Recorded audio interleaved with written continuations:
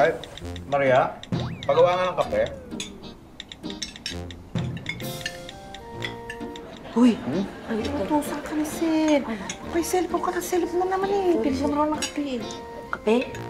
Sige po, sir. Ay, sa akin, saan mainit ha? Tsaka po. Ay, ate, ako juice, please. Sige po. Oo. Kumusta ang KTV? Ayun, may mga araw na matumal. Eh, nag-iisip nga kami kung anong pwede pang gawin para magkaroon ng kita eh. Eh, kung magpapromo kaya kayo, Nay? Nga, tama yun, Nay. Gawin nyo, magbigay ka ng discount sa mga customer para dumami yung tao. Ganyan ginagawa namin sa Instaburger. Nagawa na yun namin eh. Oh, kaso may mga taong pumapasok lang pag may promo. Tapos pag wala na, tapos na rin. Kinikwenta nga namin, parang di naman nababawi yung puhunan. Ay, mahirap din po pala yun, no? Hindi, mag-ano na lang kayo. Mag-extend kayo ng operating hours. Bali, late na lang kayo magsara. Alam mo, sa totoo lang, talagang minsan napapaaga talaga kami ng sara kasi wala kang customer na pumapasok. Lalo na kapag ordinaryong araw, wala talaga. Kaya, bali wala rin yung magsasara ka ng late. Edi agahan nyo yung pagbubukas, Nay. Ganyan ginagawa namin sa Instaburger. Wala namang nag-video okay ng maaga. Hindi, parang tama yun. Agahan nyo na lang yung pagbubukas. Tapos, ano nyo, gawin yung parang events place o kaya restaurant. Tapos i-promote nyo na KTV sa gabi, restaurant sa umaga. Tama, Nay. Yung ginagawa namin sa Instaburger, ganyan na. Yung KTV sa gabi? Hindi, yung pagiging events place. Ah, puro ka kasi ginagawa sa Instaburger. Ikaw? Teka na. Pero alam mo, mukhang maganda yun ha. Masubukan nga. Pero pagka gabi naman kasi, parang minsan kukunti nga ang tao. Kaya nga. Kaya kailangan mag-isip talaga ng paningin. Baka, tsaka to sa'yo kape ko. Tay, ito yung kape mo napunta sa akin.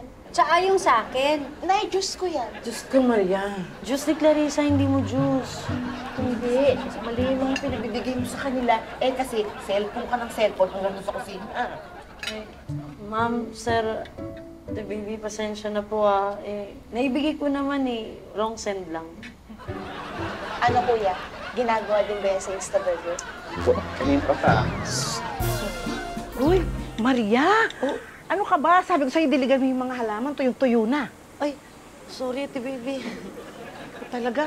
Ala, nagsiselfon ka pa rin. Kaya ka pumalpak sa utos ni ma'am kanina eh. Paano, nagte-text ka na naman? Hanggang ngayon, nasa cellphone ka pa rin. Hindi, malakas kasi yung signal dito. Sino ba yung tinitext mo, ha? Si nanay, magba-birthday na kasi siya. Ah, si Nanay Linda? Hindi, si baby. Oo nga, no. Ilang taon na ba siya? Bali pang walong birthday niya ni 1, 2, 3, 4, 5, 6, 7, 8. 8 taon na siya. Talagang binilang mo pa eh, no? Sinabi mo na nga, 8 taon eh. Pareha lang ba yan? Oo, teka. Anong plano mo ngayon? Nag-iisip kasi ako ng ireregalo. Nakaipon ako ng konting pera pambili ng cellphone. Malakas naman yung signal dun para hindi na sila naghihiram.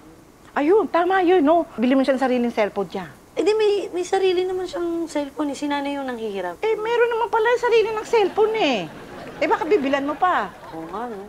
Si nanay lang pala bibilang ko. Bakit mo bibilan? Birthday man ng nanay mo. Hindi ko alam, birthday ba niya? Ay, ikaw talaga para kang taig mo pa yung cellphone Ang hina ng signal mo. Magdalik ka na nga. Hey, baby. Oh. Pinapatawag ka ni ma'am. Tulungan mo daw ako gumawa ng merienda. Sige. Ay, teka nga pala. Kumusta na si baby? Anong plano nyo? Wala pa nga Di pa nga kami nagkakausap uli. Gusto ko nga makausap uli si nanay ng matagal. Baka makahingi ako ng tulong ko paano ko ipaghahanda si baby. Aba, dapat tawagan mo na. Kasi hindi kayo makakaintindihan kapag puro text lang ikaw. Hindi ko na siguro sila kailangang tawagan pa. Bakit? Ayan na sila. Hi!